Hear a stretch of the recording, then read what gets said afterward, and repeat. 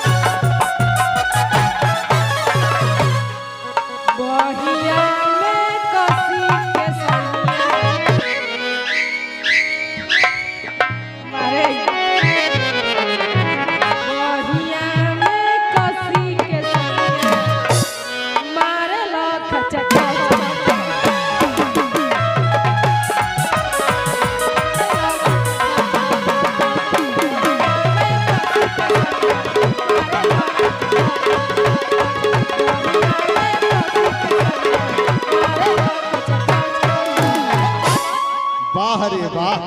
कौन में बेचारी जितना बात बोली हन गीत के सब संस्कारियों में कोई और आइए दोस्तों इसके बाद हम मैं चाहूंगा सबसे पहले दूल्हे साहब को मुबारकबाद देने के लिए जो हमारे तीसरी स्टेशन का गोल्डन स्टार कंपनी मालिक है जिनका नाम है मिस वर्षा जी वो अपने मुखार में से एक शानदार शहरे की आगाज पेश करेंगे दूल्हे साहब को मुबारकबाद देने के लिए सिंहासन के पास जाएंगे और पुनः हमें बारात मालिक और गार्डियन स्वरूप अपने बड़े भाई समान माननीय छोटे भैया से लिया करूंगा कि आप सिंहासन के पास विराजमान रहेंगे क्योंकि हमारी कंपनी मालिक दूल्हे साहब के करीब जाएंगे।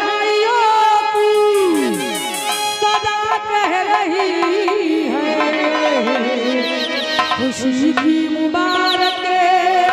घड़ी आ गई है सज सुर्ख जोड़ में चांदी सी दुल्हन सभी से फलक से परी आ गई है।